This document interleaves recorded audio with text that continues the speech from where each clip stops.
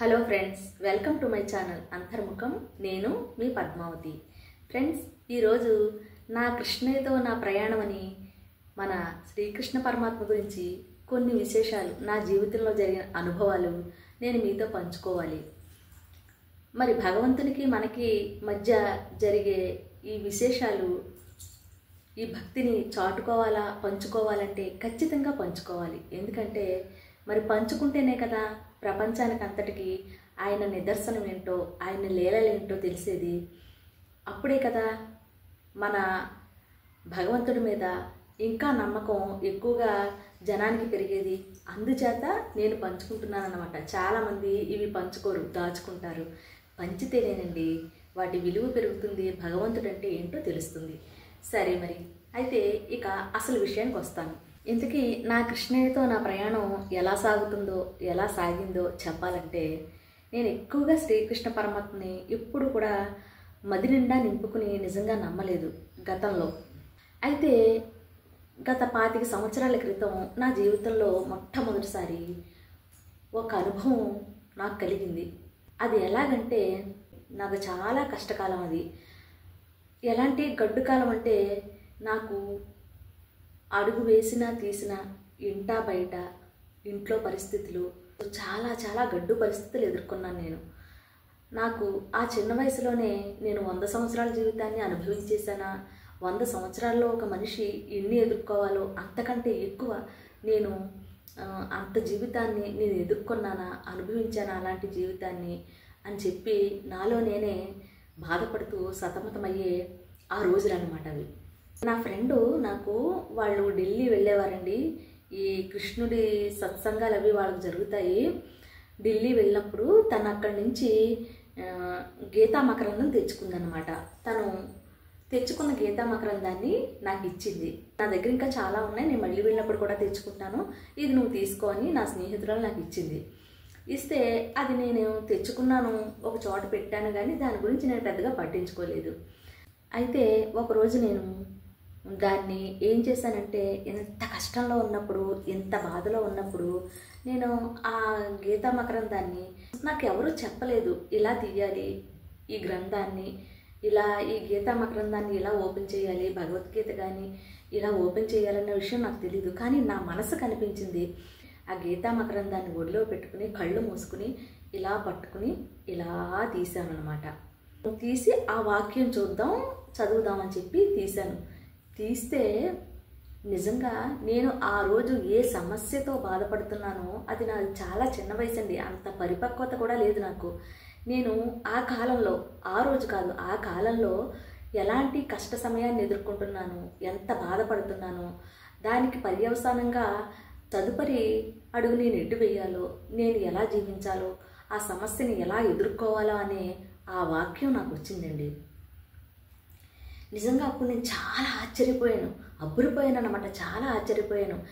ఏంటంటే ఆ గీతా మకరందంగా చూశాను, కానీ నాకప్పుడు ఆ గీతా మకరందం నాకప్పుడు శ్రీకృష్ణ పరమాత్మలాగా గోచరించిందన్నమాట. ఇలా నేను అప్పటి నుంచి ఒక అలవాటు చేసుకున్నాను అనమాట.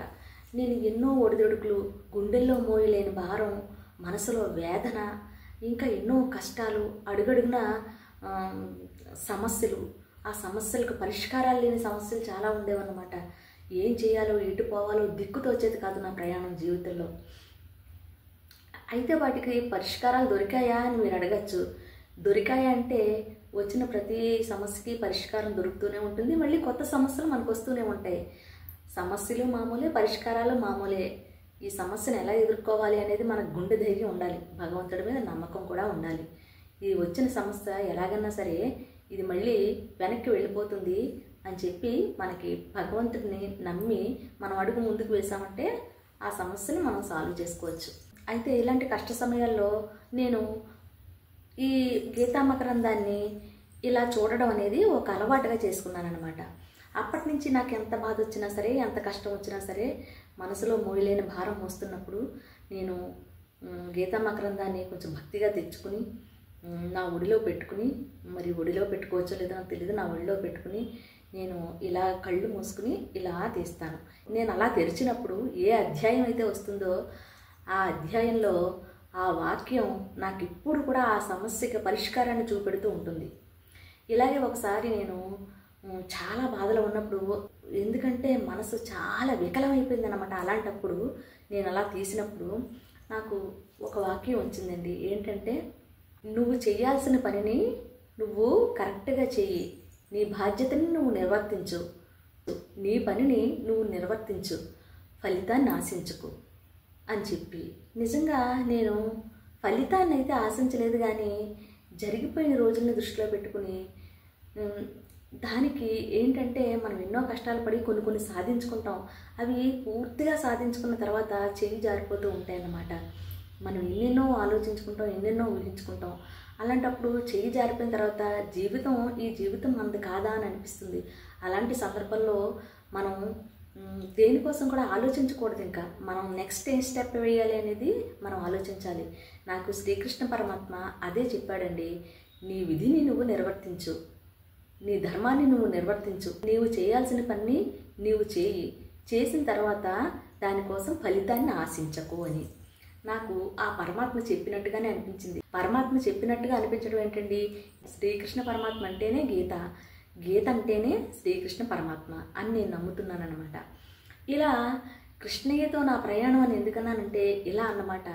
నాకు ఎటు పోవాలో తెలియక నేను అంధకారంలో ఉన్నప్పుడు నాకు మార్గదర్శకుడుగా ఆ శ్రీకృష్ణ పరమాత్మ నాకు దారి చూపుతాడు. నాకు కష్టం కలిగినప్పుడు నాకు స్నేహితుడై చెయ్యి అందిస్తాడు. ఎన్నోసార్లు ఇలా జరిగింది. నాకు కష్టం కలిగినప్పుడు ఓదార్పునిస్తాడు, చెయ్యి అందిస్తాడు. అలాగే నాకు బాధ కలిగినప్పుడు ఓదార్పునిస్తాడు. నాకు ఎటు పోవాలో దారి తోచినప్పుడు దిశానిర్దేశకంగా నిలుస్తాడు. ఇలా నా అడుగడుగులోనూ నా జీవితంలోనూ శ్రీకృష్ణ పరమాత్మ కొలువై ఉంటాడు. రీసెంట్గా నాకు ఒక చాలా పెద్ద కష్టం వచ్చిందండి. ఎవరికి ఏ తల్లికి అలాంటి కష్టం రాకూడదు, అంత పెద్ద కష్టం నాకు వచ్చింది. అలాంటప్పుడు నేను ఆయన పాదాలు పట్టుకుని ఎంతో దీనంగా నేను ఆయన్ని ప్రార్థించి ఆయన పాదాలు పట్టుకుని ఏడ్చేదాన్ని అన్నమాట. ఆ శ్రీకృష్ణ పరమాత్మ నా అందున్నాడు. ఆ భగవంతుడు నాకు చాలా మేలు చేశాడు. నా జీవితంలో రాకూడని కష్టం, ఆ కష్టాన్ని ఆ స్వామి ఎలా తొలగించాడంటే, నిజంగా నేను మనసునంతా ఆయనకే ఇచ్చాను. ఆయనకి ఇచ్చిన తర్వాత, స్వామి నువ్వే ఉన్నావన్నాను. నువ్వే ఉన్నావు అని అనలేదు, నువ్వే నా జీవితాన్ని నిలబెట్టాలి అని నేను వేడుకున్నాను అన్నమాట. ఖచ్చితంగా నా స్వామి నాకు మంచినే చేశాడు. అది ఏంటనేది నేను బయటికి చెప్పుకోలేను. ఇలాగా నా కృష్ణయ్యతో నా ప్రయాణం, అలాగే నా ప్రయాణంలో నా కృష్ణయ్య అన్నమాట. నిజంగా మనం ఆయన్ని ఆత్మవిశ్వాసంతో నమ్మామంటే మన వెన్నంటే ఆయన ఉంటాడండి. మరి కృష్ణయ్యతో నా ప్రయాణం అంటే సందర్భాన్ని బట్టి కృష్ణయ్య నాకు స్నేహితుడిగా కనిపిస్తాడు, తండ్రిగా కనిపిస్తాడు, అన్నగా కనిపిస్తాడు. అలాగే నాకు అన్నీ తానయ్యి నన్ను ఓదార్చినట్టుగా అనిపిస్తాడు, నన్ను చిలిపిగా పలకరిస్తున్నట్లు అనిపిస్తాడు. నా కృష్ణయ్యని మీకు చూపించాలి కదా, చూపిస్తాను. నా కృష్ణయ్య ఎప్పుడు నాతోనే ఉండాలని, నా కృష్ణయ్యని నేను చాలా జాగ్రత్తగా భద్రంగా చూసుకుంటాను. ఆ పని ఉన్నప్పుడు చాలామందికి అది బొమ్మలాగా కనిపించవచ్చు, కానీ అందులో నా కృష్ణయ్య ఉన్నాడని నా నమ్మకం. ఎందుకంటే పని అమ్మాయిని కూడా నువ్వు ఆ కాస్త ప్లేస్ తుడవద్దు, నేను తుడుచుకుంటానంటాను. అయ్యో అమ్మగారు నాకు తెలియదండి, నేను శుభ్రంగా తుడుస్తాను అంటది. అయినా సరే అది ఎక్కడ కలుపుతుందో అని ఆ ప్లాస్టర్ ఆఫ్ ప్యారిస్ కృష్ణయ్యని నేను తెచ్చుకున్నానండి.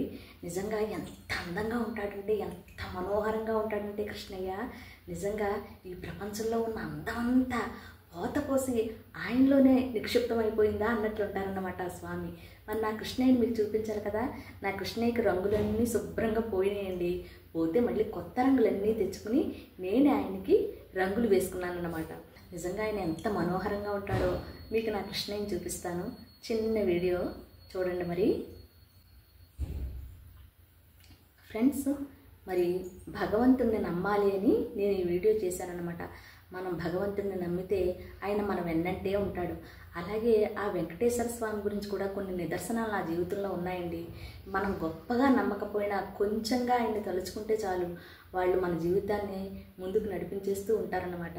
ఆ వెంకటేశ్వర స్వామి గురించి కూడా, మన కలియుగ దైవం అయిన వెంకటేశ్వర స్వామి గురించి కూడా నేను మీకు మరొక మంచి వీడియో చేస్తాను. మరి నా వీడియో నచ్చితే లైక్ చేయండి, షేర్ చేయండి, సబ్స్క్రైబ్ చేసుకుని నన్ను ఎంకరేజ్ చేస్తారుగా. మరెన్నో మంచి మంచి వీడియోలతో మళ్ళీ కలుద్దామండి.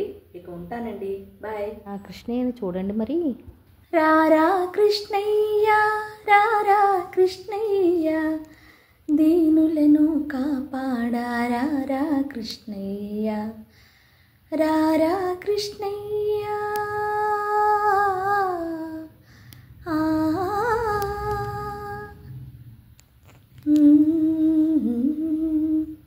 రోమయ్య. ఈయనేనండి నా కృష్ణయ్య. అందరికీ విగ్రహమేమో కానీ నాకు మాత్రం నా పరమాత్మ, నా శ్రీకృష్ణ పరమాత్మ నాతోనే ఉంటాడు. చూడండి ఎంత అందంగా నవ్వుతున్నాడు, ఎంత మనోహరంగా ఉన్నాడో చూడండి. అందం అంతా ఆయనలోనే ఇముడిపోయి ఉంది కదా.